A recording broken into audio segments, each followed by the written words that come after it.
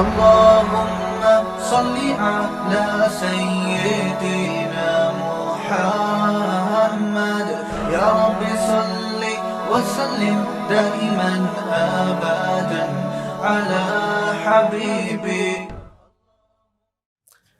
یہ سورہ کہف ہے، اس کی بڑی فضیلت ہے. حدیث میں رسول اللہ صلی اللہ علیہ وسلم نے ارشاد فرمایا کہ جو جمعے کے دن سورہ کہف کی تلاوت کرتا ہے اللہ اسے دجال کے فتنے سے محفوظ رکھتے ہیں.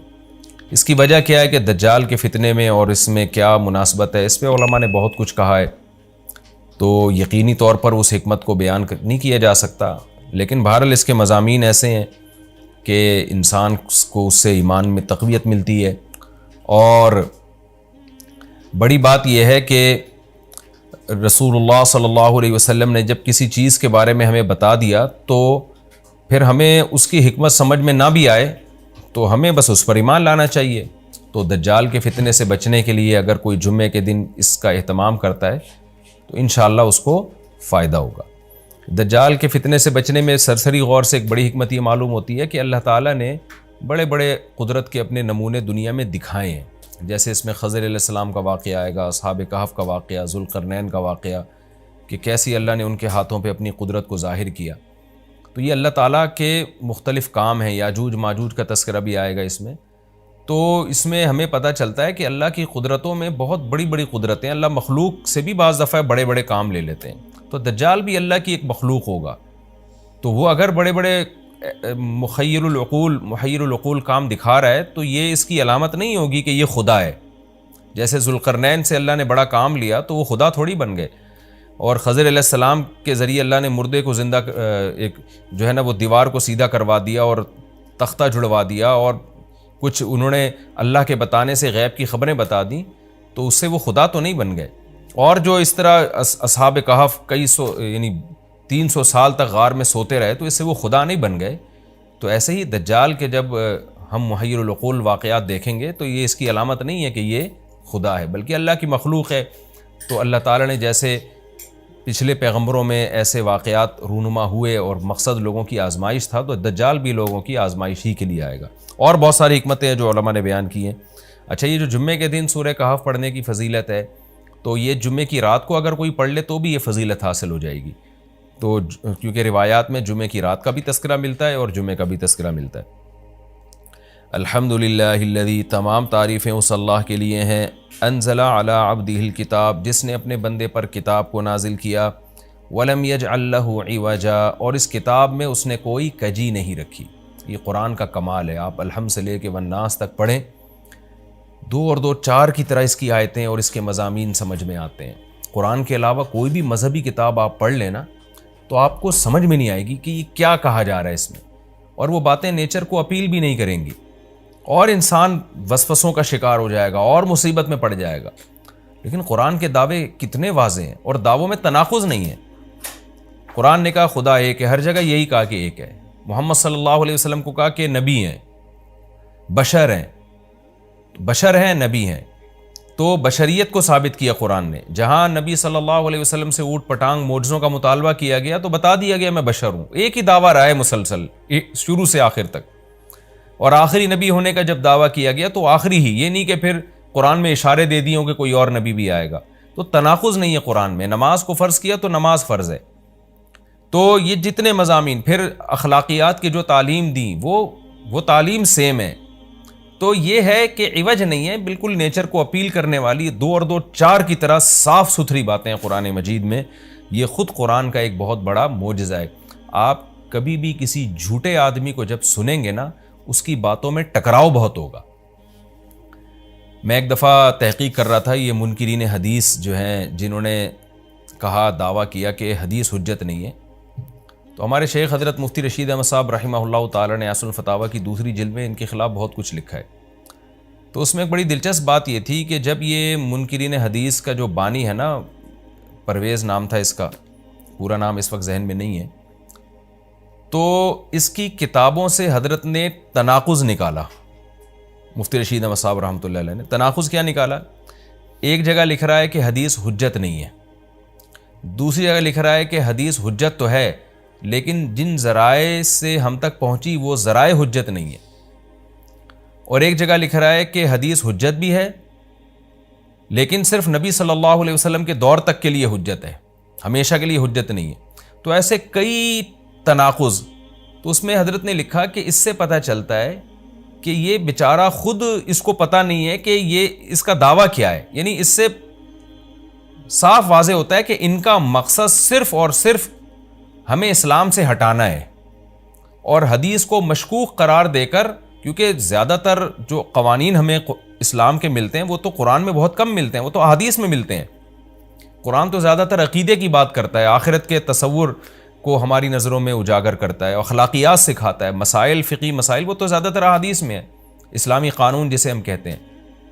تو مقصد اس کا یہ ہے کہ اسلامی قانون سے کسی طرح لوگوں کو ہٹایا جائے۔ تو جیسے جس وقت بن پڑی وہ دعویٰ اس نے کر دیا۔ کبھی مجلس دیکھی کہ یار اس وقت یہ دعویٰ کرنا زیادہ مناسب ہے کہ حدیث حجت تو ہے لیکن جن ذرائع سے پہنچی وہ ذرائع قابل اعتماد نہیں ہے، تو وہاں اس نے یہ دعویٰ کر دیا۔ تو جھوٹا آدمی کسی ایک بات پہ ٹکتا نہیں ہے۔ آپ مرزا غلام احمد قادیانی کے دعووں کو دیکھ لیں، اس کی کتابوں میں کہیں وہ لکھتا ہے کہ میں نبی نہیں ہوں، میں تو امام ہوں، اور کہیں لکھتا ہے کہ میں، شروع میں اس نے یہ دعویٰ کیا تھا کہ میں نبی نہیں ہوں، میں امام مہدی ہوں، پھر اس نے دعویٰ کیا میں حضرت وہی عیسیٰ علیہ الصلوۃ والسلام جو مسیح موعود وہ ہوں۔ اس کی کتابوں میں اتنا ٹکراؤ ہے، وجہ اس کی ہے کہ باطل کا ایک ہدف ہوتا ہے، تو وہ دیکھتا ہے کہ جیسا دیس ویسا بھیس، جیسے اس کا ہدف ہوتا ہے شہرت، دولت، اور یا لوگوں میں پھوٹ ڈالنا یا کوئی منصب حاصل کرنا کسی سے، تو وہ پھر دیکھتا ہے کہ جس وقت جو طریقہ اس کو سوٹیبل لگتا ہے نا، وہ وہی طریقہ اختیار کر لیتا ہے۔ تو ہر باطل میں یہ ہوتا ہے، آج بھی ہم دیکھتے ہیں جو اہل باطل ہوتے ہیں وہ کسی ایک بات پہ ٹکتے نہیں ہیں۔ ایک تو ہوتا ہے نا انسان سے غلطی سے ایک دعویٰ ہو گیا اس سے رجوع کر لے، وہ ایک الگ چیز ہے، وہ تو ہر انسان سے خطا ہو سکتی ہے، لیکن اہل باطل کے دعووں میں بہت ٹکراؤ ہوتا ہے، وہ کسی ایک بات پہ ٹکتے نہیں ہیں۔ آج بہت سارے اسکالرز ایسے ہیں کہ آپ جب ان کی تقریریں سنیں گے یا ان کی کتابیں پڑھیں گے تو انہیں بہت ٹکراؤ نظر آئے گا، اسی سے صاف پتہ چل جاتا ہے کہ یہ لوگ اپنے دعوے میں مخلص نہیں ہیں، ان کا مقصد پھوٹ ڈالنا ہے۔ تو جتنی جو تحریف شدہ آسمانی کتابیں ہیں، یہ جتنے باطل مذاہب ہیں، ان میں بھی آپ کو یہ ٹکراؤ نظر آئے گا۔ تو قرآن یہ دعویٰ بار بار کرتا ہے کہ اللہ تعالیٰ نے جو کلام اپنے حبیب صلی اللہ علیہ وسلم پہ نازل کیا اس میں آپ کو عوج نظر نہیں آئے گا، کوئی کجی نظر نہیں آئے گی، بہت واضح 2 اور 2 4 کی طرح وہ اپنے دعووں کو دعوے کرتا ہے قرآن مجید، اور اس پر دلائل قائم کرتا ہے۔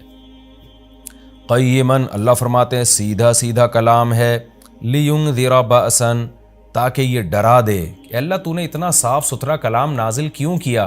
اللہ کہتے ہیں 2 وجہ سے، برے لوگوں کو ڈرانے کے لیے، اچھے لوگوں کو امیدیں دلانے کے لیے، تاکہ برے لوگ برائی سے بچیں اور اچھے لوگوں کو موٹیویشن ملے۔ یہ دعویٰ بھی قرآن کا کتنا پیارا اور کتنا صاف ستھرا ہے۔ برائی کو ختم کرنا چاہتا ہے قرآن، اچھائی کو پروموٹ کرنا چاہتا ہے۔ لِيُنذِرَ بَأْسًا شَدِيدًا، ہم نے کیوں نازل کیا؟ تاکہ یہ ڈرا دے شدید عذاب سے، مِن لَدُنْهُ، اللہ کی طرف سے، یعنی اللہ کی طرف سے ڈرا دے۔ وَيُبَشِّرَ الْمُؤْمِنِينَ، اور ایمان والوں کو خوشخبریاں سنا دے۔ کون سے ایمان والے؟ الَّذِينَ يَعْمَلُونَ الصَّالِحَاتِ، جو اچھے اعمال کرتے ہیں۔ کیا خوشخبری سنا دے؟ ان لہم اجرا حسنا، کہ ان کو اجر ملے گا بہت اچھا، اور ایسا اجر ملے گا ماکثین فیہ ابدا، رہیں گے اس اجر میں وہ ہمیشہ ہمیشہ۔ وینذر الذین قالوا، اور تاکہ یہ کلام ڈرا دے ان لوگوں کو، الذین قالوا، جو کہتے ہیں اتخذ اللہ ولدا۔ اللہ نے ڈرانے کا ذکر 2 دفعہ کیا، اس لیے کہ ایک تو عام لوگ جو برے ہوتے ہیں ان کو ڈرا دے، اور مشرکین میں خاص طور پر یہ برائی تھی کہ یہود و نصارہ کی باتوں میں آ کے اللہ کے لیے اولاد ٹھہرا لیا کرتے تھے، وہ فرشتوں کو بیٹیاں کہہ دیا، یا عیسائیوں کی باتوں میں آ کے اللہ کے لیے اولاد ٹھہرا دی۔ تو اس لیے اللہ نے خاص طور پر ان مشرکین اور ان کافروں کا ذکر کیا جو نبی صلی اللہ علیہ وسلم کے دور میں اللہ کے لیے اولاد ٹھہراتے تھے، کہ اللہ ان کو بھی ڈرا دیا جائے۔ وَيُنذِرَ الَّذِينَ قَالُوا، اور ڈرا دے ان لوگوں کو جو کہتے ہیں اتخذ اللہ ولدا، کہ اللہ نے ٹھہرا لی ہے اولاد۔ سورہ کہف بھی مکی صورتوں میں سے ہے نا، تو اس میں بھی توحید کا مضمون بہت ہوگا۔ ما لہم بہ من علم، نہیں ہے ان کے لیے اس دعوے پر کوئی دلیل، ولا لآبائہم، اور نہ ان کے باپ دادا کے پاس کوئی دلیل تھی۔ یہ اکثر کہتے تھے نا بھائی ٹھیک ہے ہمارے پاس دلیل نہیں ہے لیکن ہم اپنے باپ دادا کو فالو کرتے ہیں، تو اللہ کہتے ہیں تمہارے باپ دادا کے پاس کون سے اس دعوے کی کوئی دلیل تھی؟ اور یہ جملہ ہلکا نہیں ہے، کبرت کلمۃ، بہت بڑا ہے یہ کلمے کے اعتبار سے، ایسا کلمہ جو ان کی منہ سے نکلتا ہے، منہ سے نکلنے والا کلمہ یہ بہت بڑا کلمہ ہے، بہت بھاری ہے زمین اور آسمان پر، کہ اللہ کے لیے اولاد ٹھہرا دی۔ ان یقولون الا کذبا، نہیں بولتے یہ لوگ مگر نرا جھوٹ بولتے ہیں یہ۔ فلعلک باخع نفسک علی آثارہم، اللہ تعالیٰ اپنے حبیب صلی اللہ علیہ وسلم کو تسلی دے رہے ہیں کہ اتنا سری جھوٹ بولتے ہیں اور آپ کی دعوت اتنی واضح ہے پھر بھی ایمان نہیں لاتے، تو اے نبی کہیں ایسا نہ ہو کہ آپ غم میں اپنی جان ہی نہ ہلاک کر بیٹھیں، کیونکہ رسول اللہ صلی اللہ علیہ وسلم کا دل بہت گھٹتا تھا کہ اتنی واضح بات میں کر رہا ہوں، اتنا میرے دعوے میں اتنی کلیئرٹی ہے، اس کے باوجود یہ مانتے کیوں نہیں ہیں؟ تو غم سے آپ کا سینہ گھٹتا تھا۔ تو اللہ نے آپ کو بتایا کہ یہ آپ کی حالت یہ ہو گئی ہے شاید کہ آپ اپنی جان ہی ہلاک کر بیٹھیں۔ دیکھیں اللہ کا شاید یہ ہماری زبان میں اللہ ہم سے بات کرتے ہیں نا، ورنہ اللہ کے لیے تو شاید نہیں، اللہ کے لیے جو چیز ہوتی ہے یقینی ہوتی ہے۔ تو یہاں شاید کا مطلب کیا ہوگا کہ کوئی بھی دیکھنے والا آپ کی کنڈیشن کو دیکھے نا اس وقت، تو وہ کہے گا کہ آپ کی موت نہ واقع ہو جائے، اتنا غم ہے آپ کو۔ تو مقصد ہے غم کی شدت کو بیان کرنا۔ تو اللہ فرماتے ہیں شاید کہ آپ اپنی جان ہی ہلاک کر بیٹھیں ان کے پیچھے، یعنی ان کے غم میں، اگر یہ لوگ اس قرآن پر ایمان نہ لے کر آئے، اسفا، افسوس اور غم میں آپ کی جان ہی کہیں آپ ہلاک نہ کر بیٹھیں۔ پھر آگے اللہ بتا رہے ہیں کہ یہ ایمان کیوں نہیں لے کر آتے۔ آپ غم نہ کریں، آپ کی دعوت میں کوئی کمی نہیں، آپ کے دلائل میں کوئی کمی نہیں، ایمان نہ لانے کی وجہ ہم بتاتے ہیں کیا ہے۔ کچھ لوگ لائیں گے، کچھ نہیں لے کر آئیں گے، وجہ کیا ہے وہ ہم بتا رہے ہیں اگلی آیت میں، انا جعلنا ما علی الارض، ہم نے بنایا ہے ہر اس چیز کو جو زمین کے اوپر ہے، زینت اللہ، زمین کے لیے، یعنی زمین والوں کے لیے زینت، اٹریکٹیو بنایا ہم نے۔ زمین اجڑی ہوئی ہوتی، کسی کا دل ہی نہ لگتا زمین میں، تو سارے آخرت ہی کی فکر میں لگ جاتے، لیکن زمین میں اٹریکشن ایسی پیدا کر دی ہے کہ یہ اللہ سے غافل کرتی ہے، حق سے دور کرتی ہے۔ ہر آدمی اس زمین کی زینت کو حاصل کرنے کی کوشش کرتا ہے۔ زینت وہ چیز ما یتزین، جو مزین ہوتی ہے اور جس کی طرف انسان کی اٹریکشن ہوتی ہے، چاہے حقیقت میں وہ اٹریکشن کے قابل ہو یا نہ ہو۔ جیسے گندگی کا ڈھیر ہے، اٹریکشن نہیں ہوتی، لیکن آپ نے اس کے اوپر ایک خوبصورت ململ کا کپڑا ڈال کے خوشبو چھڑک دی تو اب وہ دیکھنے میں بھلی لگنے لگے گی۔ تو جو چیز دیکھنے میں بھلی لگتی ہے اس کو مزین کہا جاتا ہے، چاہے حقیقت میں ہو یا نہ ہو۔ تو اللہ نے کہا کہ ہم حقیقت میں زمین اچھی ہے یا نہیں ہے یہ لوگ اس کو نہیں دیکھتے، بس اٹریکٹیو ہے اس کو دیکھتے ہیں کہ اس کا یہ اٹریکٹ کرتی ہے اپنی طرف۔ حقیقت میں دیکھا جائے تو مسافر خانہ ہے نا، کتنی بھی مل جائے تو ختم ہونے والی ہے، تو فنا ہونے والی چیزوں سے کون دل بہلاتا ہے۔ لیکن اللہ بتا رہے کہ ہم نے چونکہ اس کو مزین کر دیا ہے، تو اس مزین ہونے کا نتیجہ یہ ہے کہ کچھ لوگ اس میں پڑھ کے اللہ کو بھول جاتے ہیں اور کچھ اس کی حقیقت کو دیکھ کر اللہ کو یاد رکھتے ہیں۔ تو آزمائش جبھی ممکن ہے جب اس زمین کو اٹریکٹیو بنایا جائے۔ آگے اس لیے اللہ نے فرمایا کہ ہم نے بنایا ہے جو کچھ اس زمین کے اوپر ہے، زینت اللہ، زمین کے لیے مزین۔ کیوں بنایا ہے؟ لِنَبْلُوَهُمْ، تاکہ ہم لوگوں کو آزمائیں، ایہم احسن عملا، کہ ان میں عمل کے لحاظ سے زیادہ اچھا کون ہے۔ اگر زمین کو مزین نہ بنایا جاتا تو سارے عمل کے لحاظ سے بہت اچھے ہو جاتے، کیونکہ قربانی نہ دینی پڑتی۔ اب اس مزین زمین کی بہت سی چیزوں کو چھوڑنا پڑتا ہے، نماز کے وقت دکان چھوڑنی پڑتی ہے، اور صدقات و خیرات کے وقت مال کی قربانی دینی پڑتی ہے، اور جو شریعت کے جتنے بھی احکام ہیں تو جاہ کی قربانی دینی پڑتی ہے، منصب کی قربانی دینی پڑتی ہے۔ تو اللہ کہتے ہیں ہم نے چونکہ مزین بنا دیا تاکہ ہم لوگوں کو آزمائیں۔ تو ظاہر ہے جب آزمائش ہوتی ہے تو اے نبی کچھ لوگ کامیاب ہوتے ہیں اور کچھ لوگ ناکام ہوتے ہیں۔ تو آپ چاہتے ہیں کہ ساری دنیا ایمان لے آئے، سارے نیک بن جائیں، یہ آپ کی چاہت پوری نہیں ہو سکتی، کیونکہ امتحان میں 100% لوگ کامیاب عام طور پر نہیں ہوا کرتے۔ وَإِنَّا لَجَاعِلُونَ مَا عَلَيْهَا صَعِيدًا جُرُزًا، اور یاد رکھو جو کچھ زمین کے اوپر ہے ہم اس کو بنانے والے چٹیل میدان۔ یعنی اللہ نے جب یہ کہا نا کہ زمین کے اوپر کی چیزوں کو ہم نے مزین کر دیا، تو آگے نافرمانوں کو ایک دھمکی بھی دے دی ہے کہ تم جو اس میں پڑھ کر ایمان سے اور نیک عمل سے غافل ہو رہے ہو کہ بھئی اتنی اٹریکشن ہے، تو اس کا ایک دوسرا پہلو بھی ہے۔ وہ پہلو کیا ہے؟ چٹیل میدان بن جائے گی، سب تباہ و برباد ہو جائے گا۔ یعنی ایگزامینیشن ہال میں جب جو نعمتیں آپ کو دی جاتی ہیں وہ ہمیشہ کے لیے تھوڑی دی جاتی ہیں، وہ تو اس وقت تک کے لیے دی جاتی ہیں جب تک امتحان چل رہا ہے، اس کے بعد وہ لے لی جاتی ہیں واپس۔ تو اسی طرح اللہ اس زمین کو ختم کر دیں گے، اور تب پوری ترقی، جو انسان کی جتنی بھی ترقی ہے اس زمین میں اور کائنات میں، ساری زمین بوس ہو کے ختم ہو جائے گی، اور اللہ تعالیٰ جس مقصد کے لیے انسان کو پیدا کیا گیا اس مقصد کے بارے میں انسان سے سوال کریں گے۔ ام حسبت ان اصحاب الکہف والرقیم، قرآن نے یہ کچھ تمہید بیان کی کہ یہ دنیا آزمائش کے لیے اور سب کچھ ختم ہو جائے گا، جو قرآن کا اصل مقصود ہے۔ اب قرآن ایک واقعے کی طرف آتا ہے۔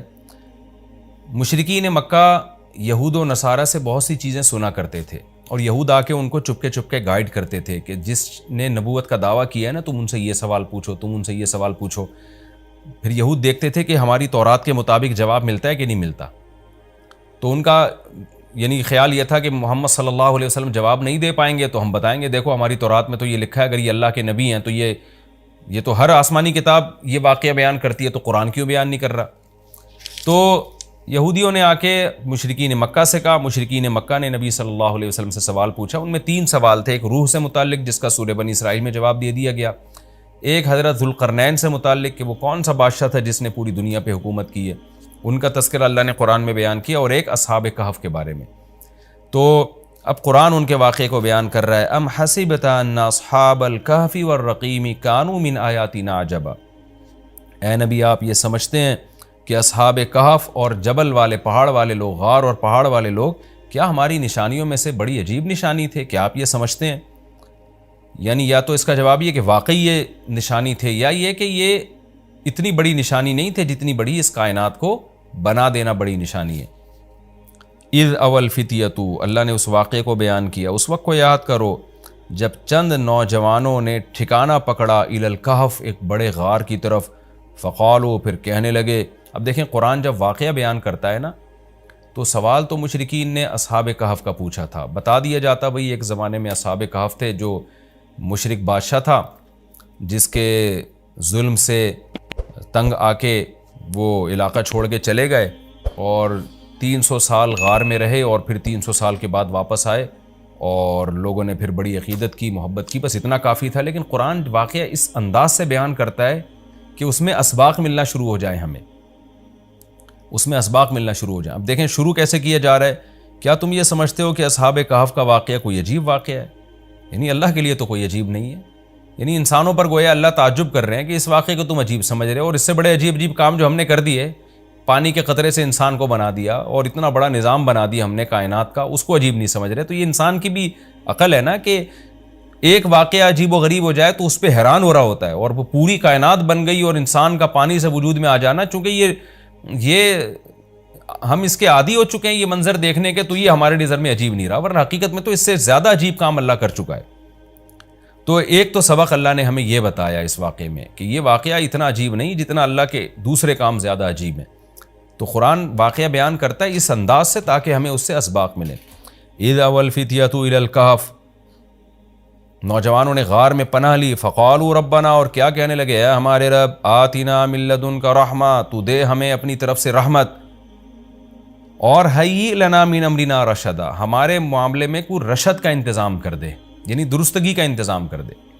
اس میں کیا سبق ملتا ہے کہ جو مشرک بادشاہ تھا، کافر بادشاہ تھا، چند نوجوان اسلام لے کر آئے، اللہ کے برحق دین کو قبول کیا، ان کو یہ یقین تھا کہ ہم اس علاقے میں رہ کر اپنے دین اور مذہب پہ قائم نہیں رہ سکتے، لہذا انہوں نے ارادہ کیا ہم ہجرت کرتے ہیں۔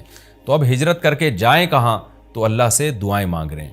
اس سے کیا پتہ چلتا ہے کہ جب آپ کے لیے کسی علاقے میں رہ کر دین پر چلنا ناممکن ہو تو آپ پر لازم ہے کہ آپ اس علاقے کو چھوڑیں، ایک بات۔ نمبر 2، چھوڑ کر آپ اللہ پہ اعتماد اور توکل کریں کہ جس اللہ نے مجھے یہاں کھلایا وہ کہیں اور بھی کھلا سکتا ہے۔ نمبر 3، اللہ سے 2 قسم کی دعائیں مانگیں۔ نمبر 1، اے اللہ تو میرے لیے رحمت کا انتظام کر دے، یعنی اپنا رحم کر تاکہ تیری رحم کی وجہ سے ہمارے لیے معاملات آسان ہو جائیں۔ نمبر 2، تو ہمیں گائیڈ کر، ہیئ لنا من امرنا رشدا کا مطلب سیدھا راہ دکھا، ہمیں بتا کہ ہم نے جانا کہاں ہے، کس ملک میں اسٹے کرنا ہے، سفر کیسے کرنا ہے۔ یہ بالکل ایسے ہی ہے جیسے موسیٰ علیہ السلام سے غلطی سے قتل ہو گیا، تو اب مدین سے جب نکلنا تھا، مصر سے جب نکلنا تھا تو راستہ معلوم نہیں تھا، تو وہاں بھی اللہ تعالیٰ سے موسیٰ علیہ السلام نے دعا مانگی کہ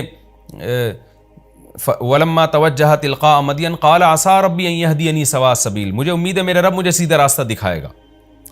تو جب انسان کو راستے معلوم نہ ہو، گائیڈنس نہ مل رہی ہو کہ جانا کہاں ہے، کہاں اسٹے کرنا ہے، تو ایسے موقع پہ اللہ سے سیدھے راستے کی دعا مانگنی چاہیے۔ تو یہاں بھی انہوں نے دعا مانگی کہ اللہ تو ہمارے لیے رحمت کا انتظام کر دے اور ہمارے لیے ہمیں گائیڈ کر دے کہ ہم نے جانا کہاں ہے، کہاں اسٹے کرنا ہے۔ تو قرآن کہتا ہے ہم نے ان کی دعا کو قبول کی، فَضَرَبْنَا عَلَىٰ آذَانِهِمْ، رحمت کا انتظام کیسے ہوا کہ ہم نے غار کے اندر، کیونکہ گئے ان کے کتے کو ساتھ لے کر غار کے اندر گئے ہیں، اور وہاں انہوں نے کہا کہ فی الحال ہم یہاں لوگوں سے چھپ جائیں، کسی طریقے سے پناہ میں آ جائیں، پھر دیکھیں گے جی اٹھ کے ہم نے جانا کہاں ہے۔ تو قتل کے خوف سے نکلیں اور غار میں جا کے آرام کیا، تو اللہ کہتے ہیں ہم نے ان کے کانوں پہ پردہ ڈال دیا، سلا دیا گہری نیند، سنین عددا، کئی سال تک، ثم بعثناہم، پھر ہم نے ان کو جگایا، لنعلم ای الحزبین، تاکہ ہم دیکھیں، جس کا نتیجہ یہ نکلا کہ ہم یہ دیکھنا چاہتے تھے ان دونوں میں سے کون سا فریق ایسا ہے احصیٰ لما لبثوا امدا، جو مدت کے اعتبار سے زیادہ کاؤنٹ کرنے والا ہے اس مدت کو، لما لبثوا، جس مدت تک یہ لوگ ٹھہرے۔ یعنی اللہ تعالیٰ بھی گویا ان کو دیکھ کے خوش ہو رہے ہیں کہ دیکھیں ان کے آپس میں تبصرے کیا ہوتے ہیں، کیونکہ کسی کے ساتھ ایسا کبھی نہیں ہوا۔ تو اب جب یہ اٹھیں گے تو اللہ کی گویا کہ اللہ تعالیٰ بھی ان کی بات کو دیکھ کرنا ایک خوش ہو رہے ہیں ان کو دیکھ کے کہ دیکھو میں یہ باتیں آپس میں کیا کرتے ہیں۔ تو کسی نے کیا کہا، کسی نے کیا کہا، یہ سارا تذکرہ آگے آئے گا۔ یہ واقعہ آگے بھی چلے گا اور انشاءاللہ اس کی تفصیل اگلے رکوع میں زیادہ آئے گی۔ ہمارا یہ رکوع الحمدللہ کمپلیٹ ہو گیا اور وقت بھی تقریباً کمپلیٹ ہی ہونے والا ہے ہمارا۔